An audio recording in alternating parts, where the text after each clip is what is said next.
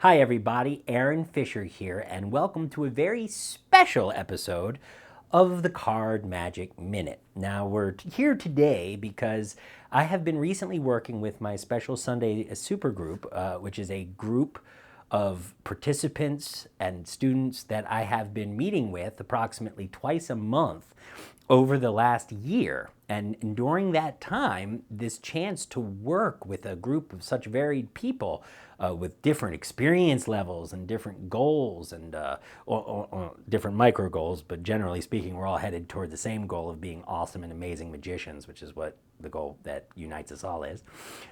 They have helped me to really codify and perfect the entire approach to magic training, which we have been developing for 5 years now, since we began working with people in a concerted effort online at aaronfishermagic.com.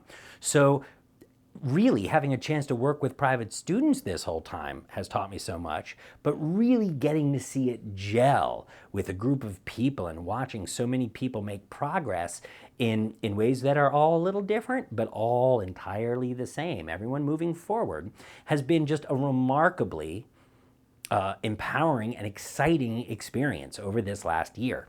Now, today, I want to share with you some ideas, just 2 ideas that recently developed out of the group class in our curriculum there, which will give you some real supercharging if you have any interest in the ambitious card or how to do a stronger ambitious card routine, or how to make sure that you don't get caught as often or suspected as often when you start using a double lift or a turnover in the ambitious card routine. And just really two big ideas, one of which is designed to take the heat off of you.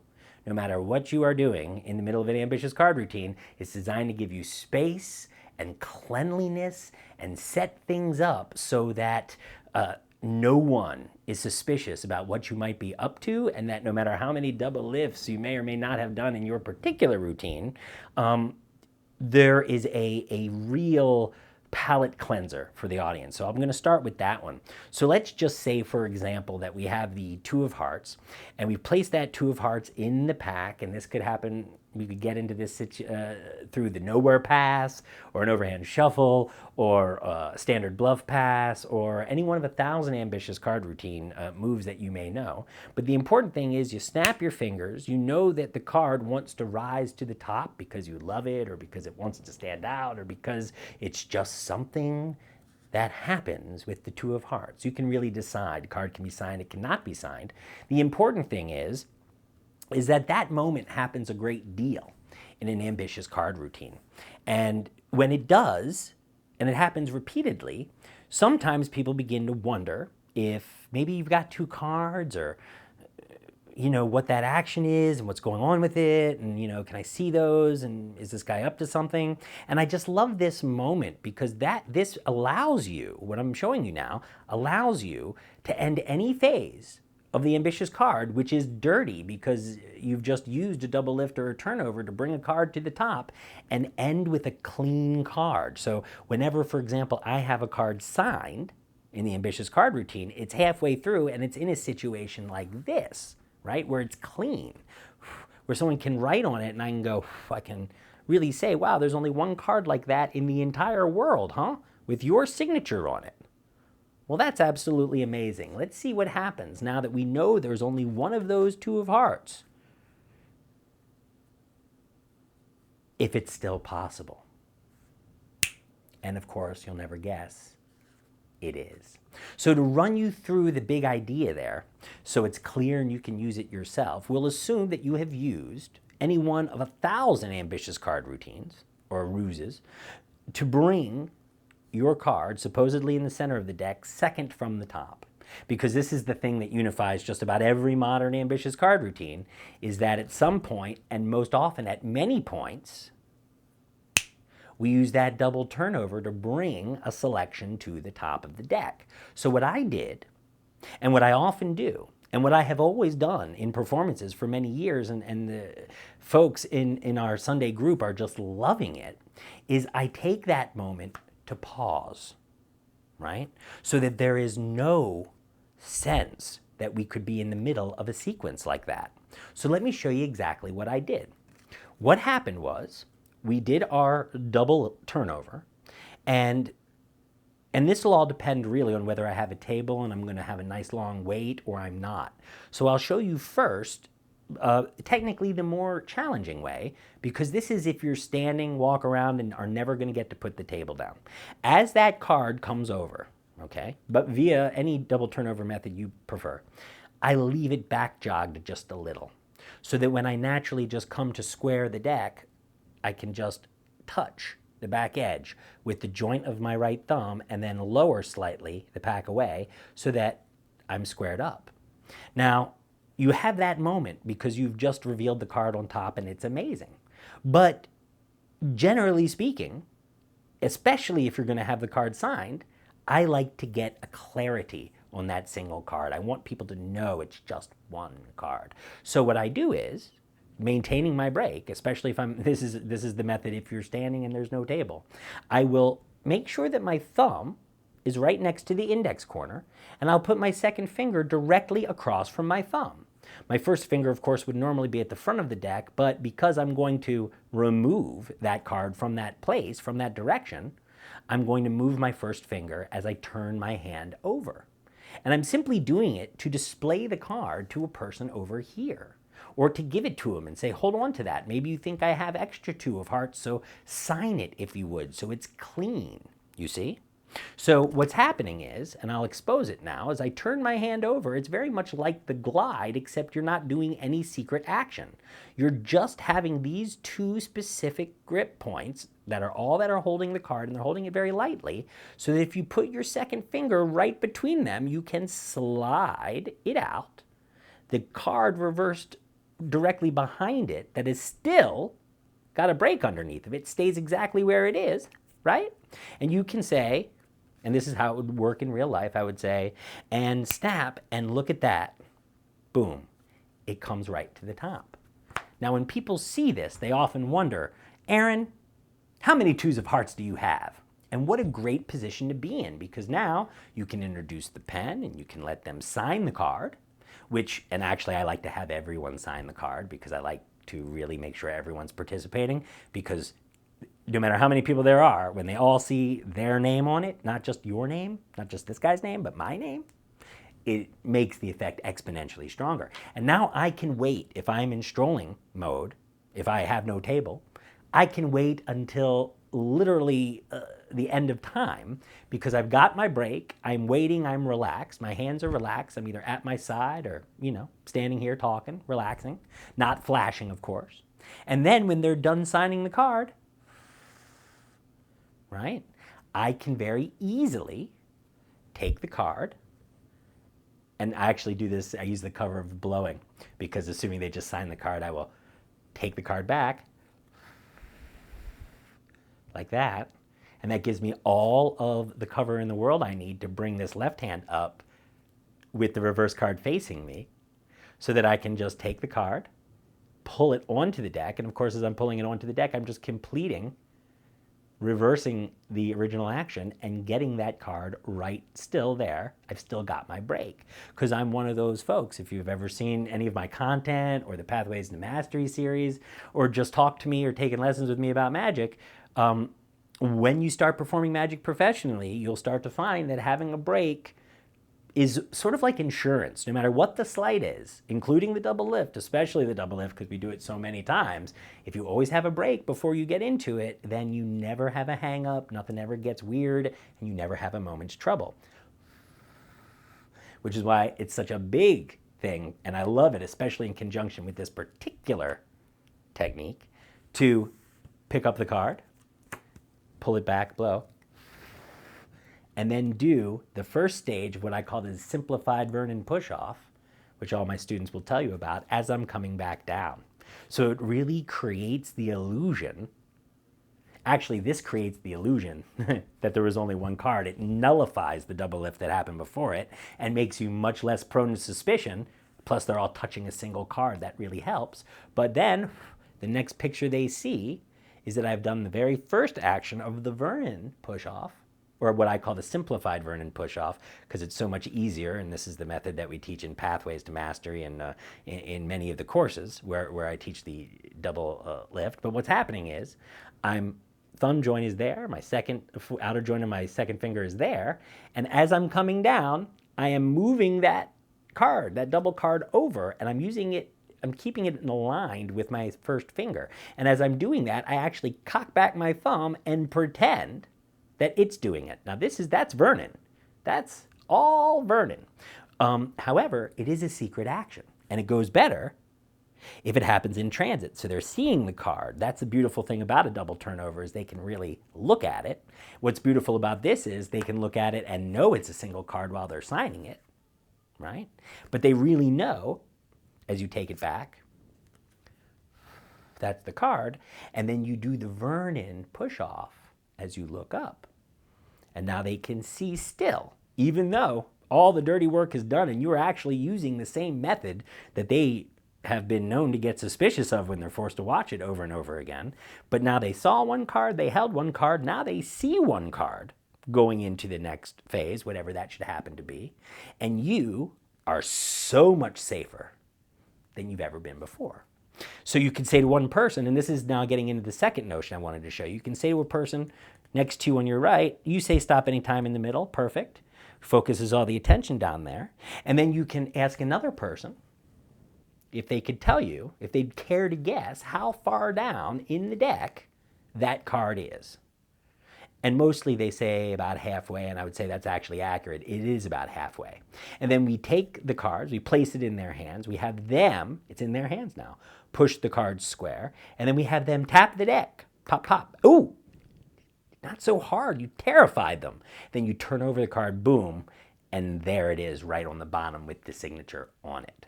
Now this phase, this is the second main idea I wanted to share with you. The first was that wonderful way of taking off a single card from a double while still being able to maintain the double lift structure, go right back into the second half of the double turnover. Just breaking it up that way makes it far, far less susceptible to suspicion and capture. But the second thing that I wanted to show you was this phase, this wonderful, wonderful phase. Now, the effect of the phase was inspired by Juan Tamariz and one of the phases in his remarkable ambitious card routine that he published in The Magic Way. Now, in that particular phase, he has used a feint to make the audience believe that the card isn't really going into the deck. And then he uses, oh no, but it really is, so it would help us if we actually still had the two of hearts there, right? And just to make it interesting, we'll go ahead and keep it interesting by signing it so that we really know what we're talking about here. So in Tamariz's handling, right, he has done something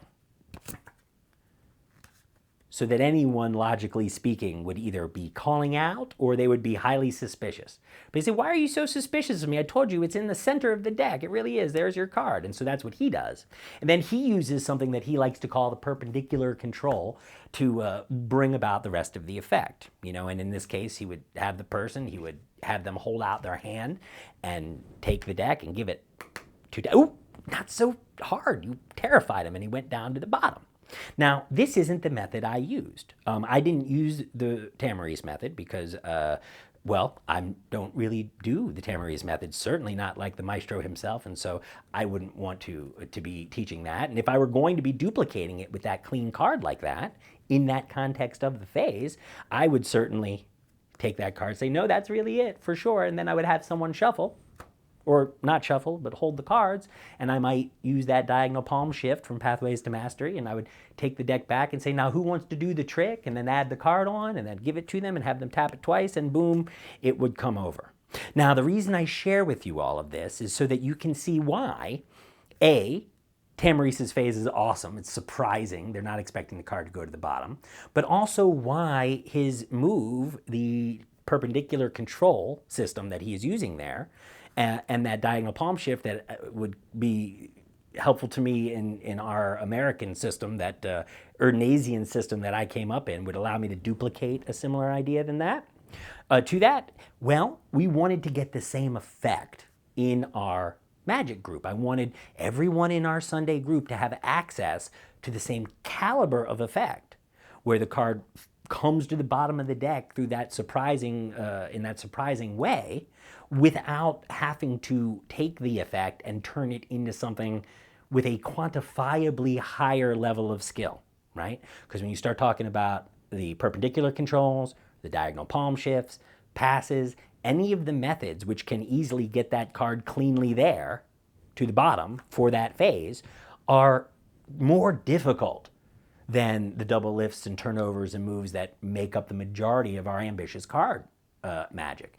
And that's one of the challenges of the magic way, is that in order to be able to do, for example, Juan Tamaris's approach to the ambitious card routine as described in that book, you sort of have to already know how to do top changes, and you have to understand passes and the perpendicular control and many other expert level moves in order to do that. And so one of the things that we try and do in our classes is we want to use what I like to call effect stacking to create the same experience of the magic way, which is different methods creating false solutions to cancel each other out so that the audience's mind just short circuits from not being able to catch you and they just give over to amazement.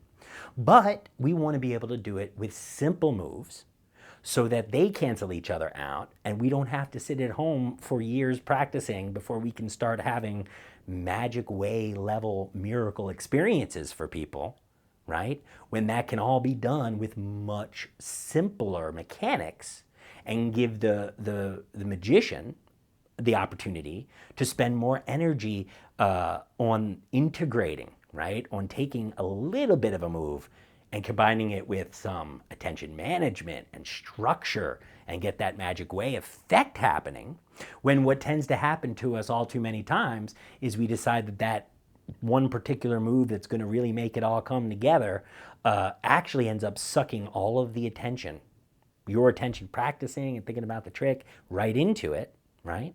When we could remove the sort of high RAM suck that these heavy moves require and keep that from destroying our ability to put together a whole piece of magic for people, right? We'd have better results.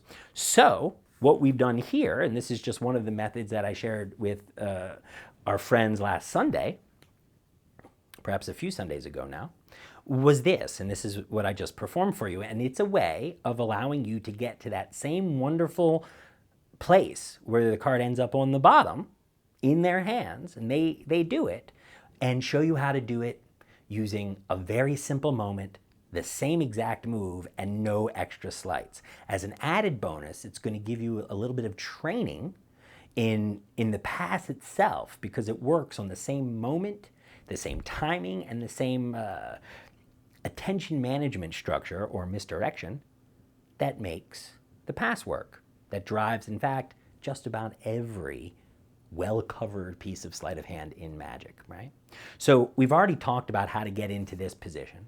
We've talked about how to use this approach to the double turnover to make it even cleaner, right? So there's no suspicion that that's more than just a card. And then we put the attention outward onto the audience and we say, Mary, that covers that turnover. Say stop, she does. Boom. Now, the whole point of that, the reason I just didn't go, let me put it in the center, is because by saying Mary, say stop, now Mary is looking at the cards and Mary is making a decision, and everybody, me and Mary and everybody else, are all looking at the deck. And that's important because if you want to know how to misdirect a person during a secret action, you have to be able to direct them before and after it to things that they can see.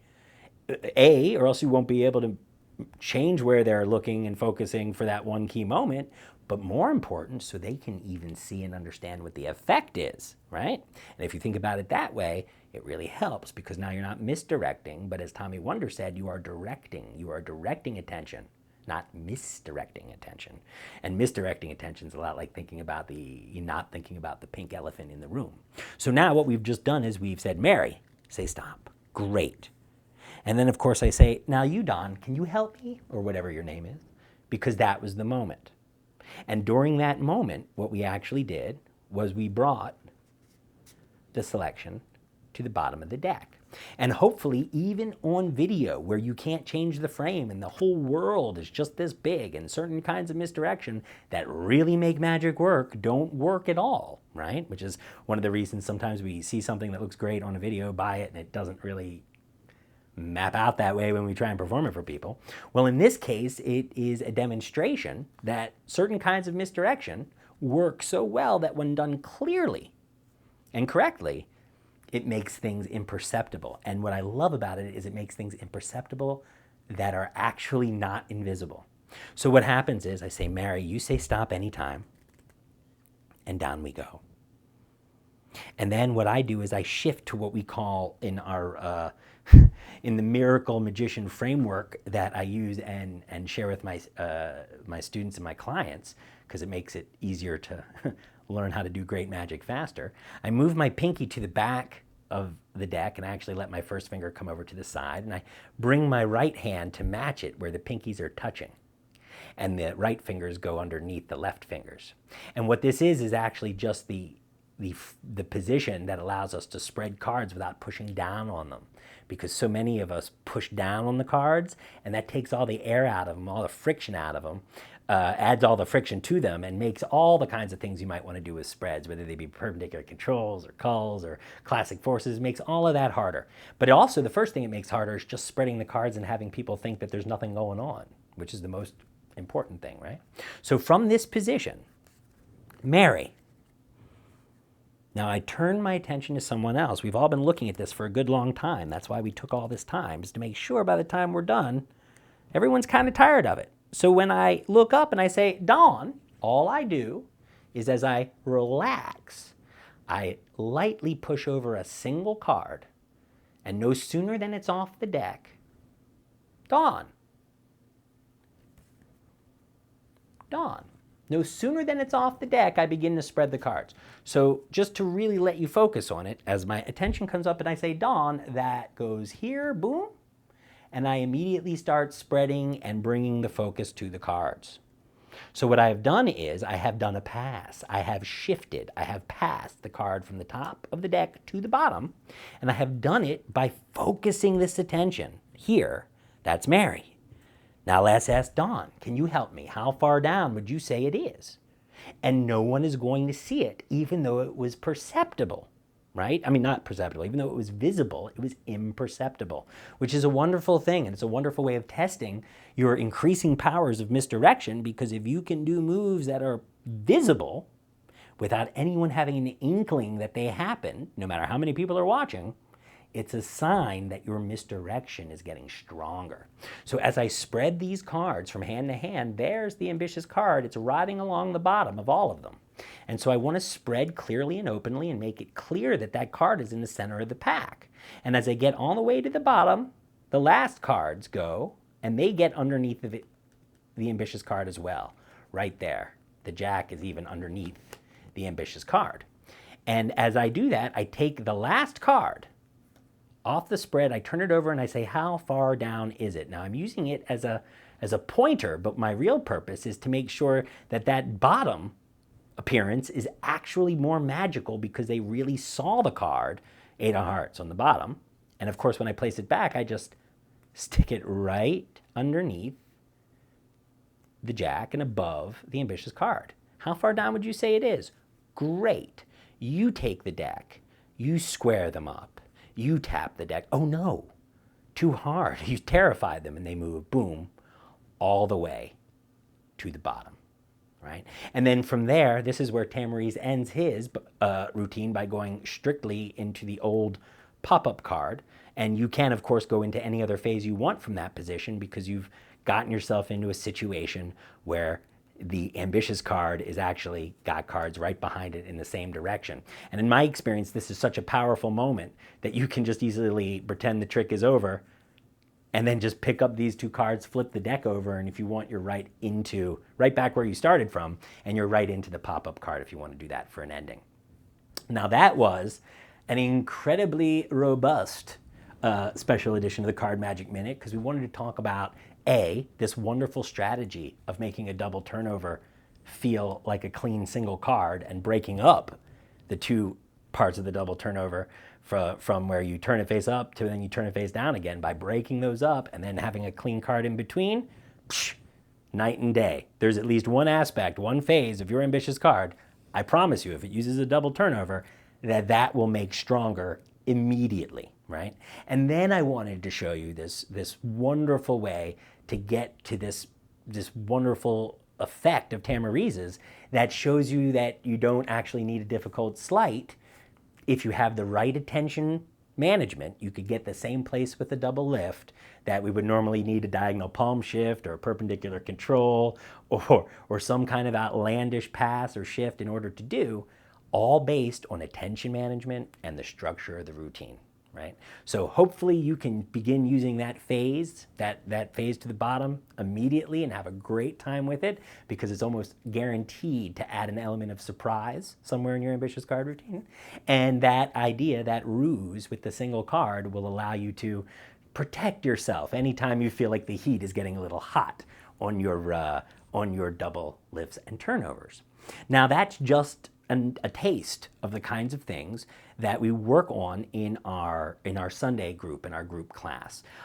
However, I spend a lot of time every month working with students and clients one-on-one online in real time, helping them make the most out of their magic, helping them get more out of their practice, helping their practice yield tricks that they want to do, making their tricks stronger and more powerful, and basically helping everybody that I work with get more fun and more success out of their magic, so that everyone they do magic for and everyone their magic touches has a much better experience, a much more fun, much more amazing experience watching their magic, and that you, the magician, when we work together, end up having a lot more clarity, a lot more confidence, and you end up moving toward whatever your goals are, whether they be your current goals or your ultimate goals, a heck of a lot quicker. So you can find me at aaronfishermagic.com or email me at aaron@aaronfishermagic.com and let me know if you enjoyed the Card Magic Minute, if you have any questions or thoughts or comments, or if you'd like to get together and have your first session with me. Now is a very good time to do that, because very shortly we will be in the midst of a very big program, a very exciting program, a new program that we're very excited to share with our fellow magicians around the world, and that will make the rest of this year a little bit crazy in terms of taking on new private students. So now is definitely a wonderful time to look into it if it's something you've been thinking about. Again, thanks you so much for watching, and I hope you really enjoy the magic that we just shared today.